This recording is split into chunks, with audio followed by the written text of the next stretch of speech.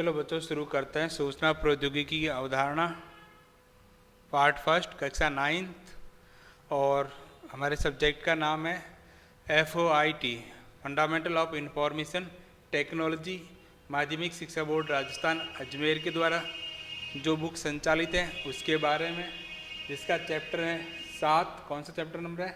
7 है। सूचना व संचार प्रौद्योगिकी के अनुप्रयोग। इसके 3 पार्ट हम पहले पढ़ चुके हैं।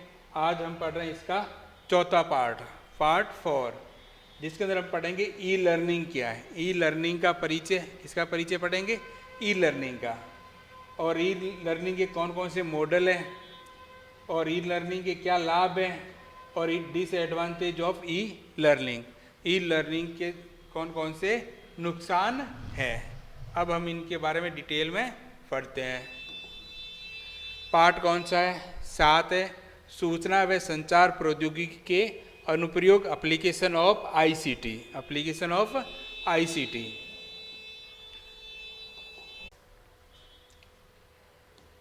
ई लर्निंग सबसे पहले पढ़ते हैं कि ई लर्निंग होता क्या। देखो, ई लर्निंग को internet electronic learning, e learning क्या कहते हैं? इलेक्ट्रॉनिक लर्निंग या distance learning, electronic learning, distance learning, internet learning, ठीक है। डिस्टेंस एजुकेशन क्या कह सकते हैं? डिस्टेंस एजुकेशन कह सकते हैं, वर्चुअल लर्निंग कह सकते हैं, ऑनलाइन लर्निंग कह सकते हैं। क्या कह सकते हैं? ऑनलाइन लर्निंग कह सकते हैं, ऑनलाइन एजुकेशन कह सकते हैं, वेब आधारित प्रशिक्षण यानी वेब बेस्ड ट्रेनिंग के नाम से भी जाना जाता है। इलेक्ट्रॉनिक तरीकों के द्वारा सीखने, प्रशिक्षण या शिक्षा के प्रोग्राम को प्रतिपादित करना ई लर्निंग कहलाता है। देखो, इलेक्ट्रॉनिक तरीकों के द्वारा सीखने, प्रशिक्षण या शिक्षा के प्रोग्रामों का प्रतिपादन करना क्या कहलाता है?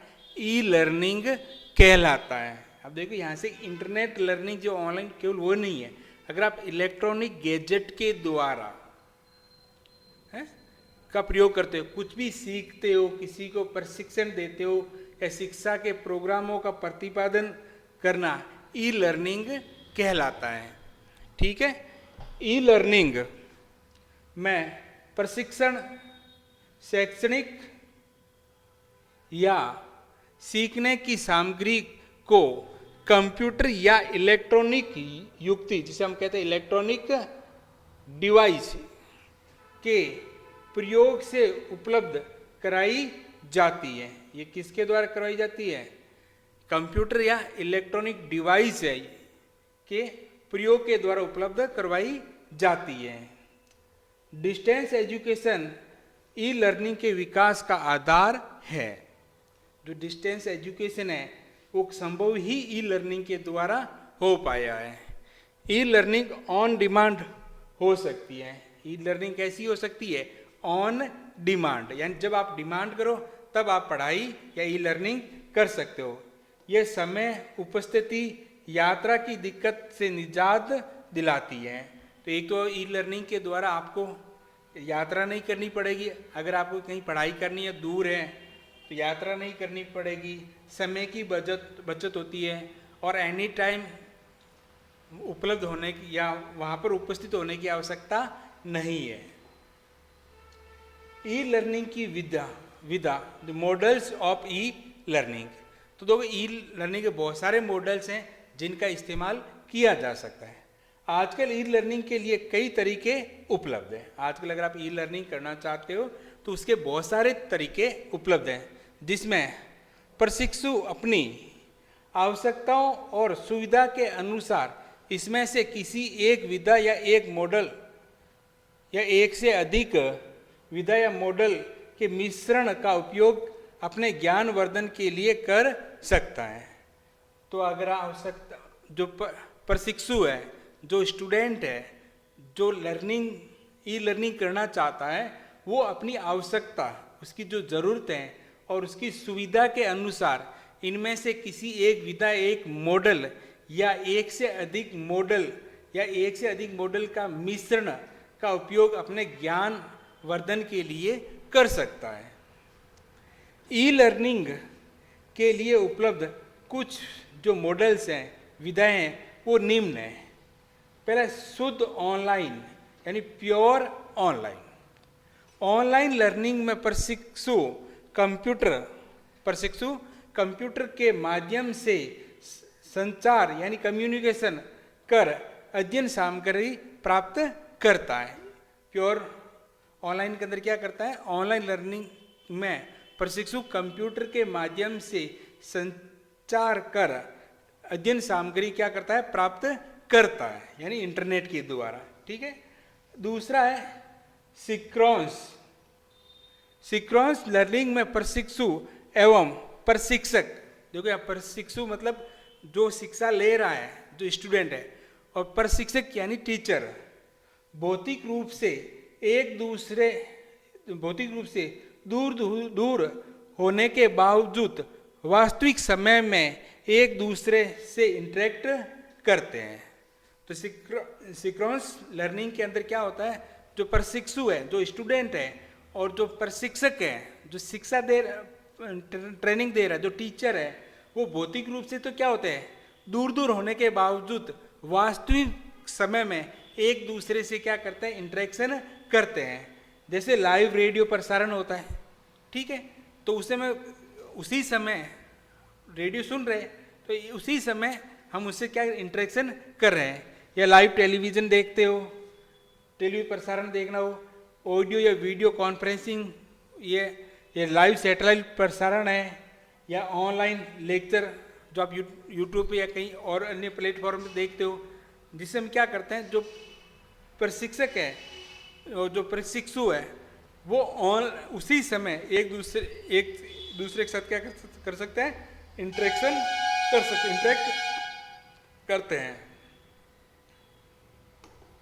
अगला है एसिंक्रोनस लर्निंग में प्रशिक्षु और प्रशिक्षक भौतिक रूप से दूर तो होते ही है, तथा उसके मध्य वास्तविक समय में इंटरेक्शन क्रिया नहीं होती, लेकिन उनका जो इंटरेक्शन है वो वास्तविक समय में नहीं होती है।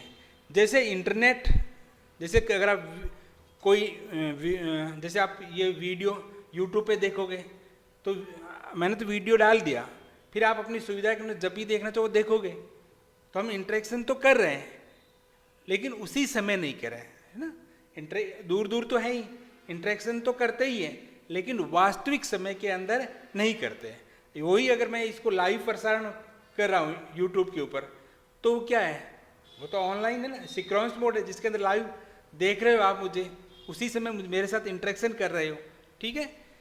CD-ROM पर उपलब्ध अध्ययन सामग्री, ऑडियो वीडियो टैप पर उपलब्ध अध्ययन सामग्री, ईमेल संदेश आदि, ये किसके उदाहरण है? एसिंक्रोनस लर्निंग के। इसके अलावा आजकल कुछ और भी है, जैसे इंस्ट्रक्टर लीड ग्रुप है, उपदेशक से मार्गदर्शक समूह हो गया, सेल्फ स्टडी आप कर सकते हो, विषय विशेषज्ञ के साथ स्वयं सेल्फ अध्ययन यानी self study with subject matter के एक्सपर्ट के साथ, मिश्रित ई लर्निंग कर सकते हो, या कुछ सिंक्रोनस, कुछ एसिंक्रोनस, कुछ प्योर लर्निंग मिक्स, वेब आधारित ई लर्निंग कर सकते हो, कंप्यूटर आधारित ई लर्निंग जिसके अंदर आप जैसे CD या DVD है, उसके अंदर जो डाटा आप उस कंप्यूटर के अंदर डाल के वीडियो प्ले करके देख सकते हो, ऑडियो या वीडियो टैप से ई लर्निंग कर सकते हो। ठीक है। अब ई लर्निंग के लाभ, advantage of e learning, e learning के क्या लाभ है? देखो, प्रशिक्षु जब तक विषय वस्तु को समझ नहीं लेता तब तक वह उसकी पुनरावृत्ति कर सकता है। ऑनलाइन लर्निंग या ई लर्निंग का सबसे बड़ा बेनिफिट है कि अगर आपको कोई चीज़ समझ में नहीं आई तो आप उस वीडियो को दोबारा प्ले करके समझ सकते हो। यानी जब तक कोई चीज़ आपके समझ में नहीं है तब तक आप उसकी क्या कर सकते हो? पुनरावृत्ति कर सकते हो। ये इंटरेक्टिव होता है। ये कैसा होता है? इंटरेक्टिव होता है। तथा प्रशिक्षु अपनी समझ की गति से प्रशिक्षण प्राप्त कर सकता है। अब आगे देखो, प्रशिक्षण प्रतिपादन आसान और कम खर्चीला है। ठीक है, क्योंकि हमें इतनी क्लासरूम की इतनी व्यवस्था करने की आवश्यकता नहीं होती है। सीखने का पर्यावरण अन्वेषी तथा सहयोगात्मक होता है।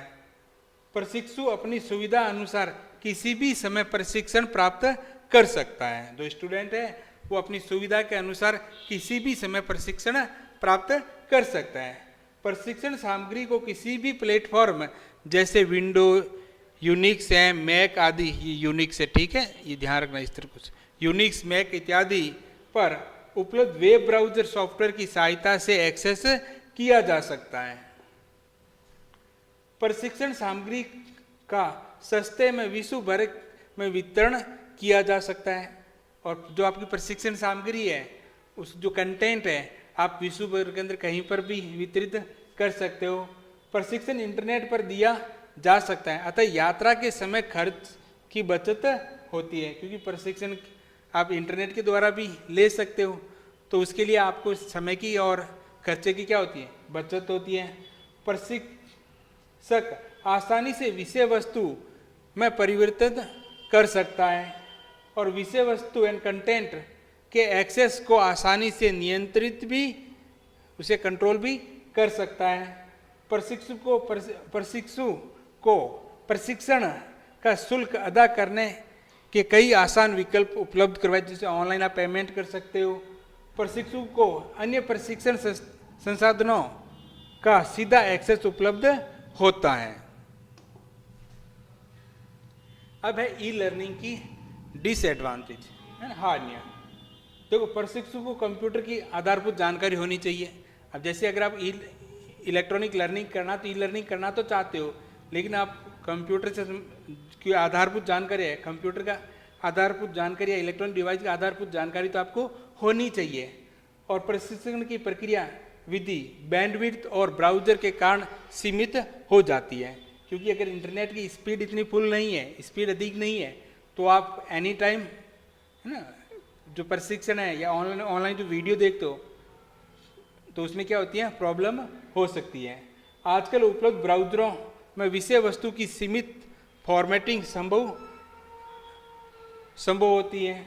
प्रशिक्षण अनुप्रयोग और विषय वस्तु को डाउनलोड करने में समय लगता है और प्रशिक्षु को मूल्यांकन, जो असेसमेंट है, और पुनर्निवेश जो फीडबैक है, सीमित होता है ना। जो मूल्यांकन, जो दूर बैठा तो मूल्यांकन करना मुश्किल होता है, उसका फीडबैक लेना भी क्या होता है? एक सीमित है, आप कैसे ले पाओगे? प्रत्येक स्टूडेंट से फीडबैक थोड़ी ले पाओगे। और प्रशिक्षण सामग्री तैयार करने में क्या लगता है? समय लगता है, तथा इसको तैयार करने का प्रारंभिक खर्च अधिक होता है। प्रशिक्षण सामग्री तैयार करने के लिए कंप्यूटर की जानकारी भी क्या है? आवश्यक है। कंप्यूटर की जानकारी क्या है? आवश्यक है। अब है ई डिजाइनिंग। सूचना व संचार प्रौद्योगिकी के विकास ने डिजाइनिंग को नया आयाम प्रदान किया है। अब देखो, ये इस तरह कुछ कट, ध्यान रखना, अधिकतर जो ये मात्रा है ना, या इस प्रकार की है, इसमें ये कटी हुई है, तो ध्यान रखना, ठीक है। कंप्यूटर एडेड डिजाइन, जिसे CAD में इस्तेमाल किए जाने वाले विभिन्न सॉफ्टवेयर की सहायता से आर्किटेक्चर डिजाइन से लेकर इंजीनियरिंग डिजाइनिंग तक सभी तरह की डिजाइनिंग कम समय में और सही माप के साथ तैयार की जा सकती है। ई डिजाइनिंग, ठीक है। फैशन डिजाइनिंग में भी अब सूचना प्रौद्योगिकी का उपयोग प्रचुर मात्रा में हो रहा है। तो अगर आप जो डिजाइनिंग के क्षेत्र में देखो, जैसे आर्किटेक्चर डिजाइन करना हो, या आप कैसे फैशन डिजाइन है, या इंजीनियरिंग कोई मॉडल डिजाइन करना हो, उन सभी के अंदर आप आज के दिन के अंदर सूचना और संचार प्रौद्योगिकी का भरपूर उपयोग हो रहा है, ठीक है। तो इस तरह अपना जो 7वां चैप्टर था वो क्या हो चुका है? कंप्लीट। क्या हो चुका है? कंप्लीट। अब इसके नेक्स्ट पार्ट के अंदर, नेक्स्ट वीडियो के अंदर हम इसके क्या करेंगे, क्वेश्चन आंसर। ठीक है, उम्मीद करता हूँ आपको ये क्लास समझ में आई। धन्यवाद।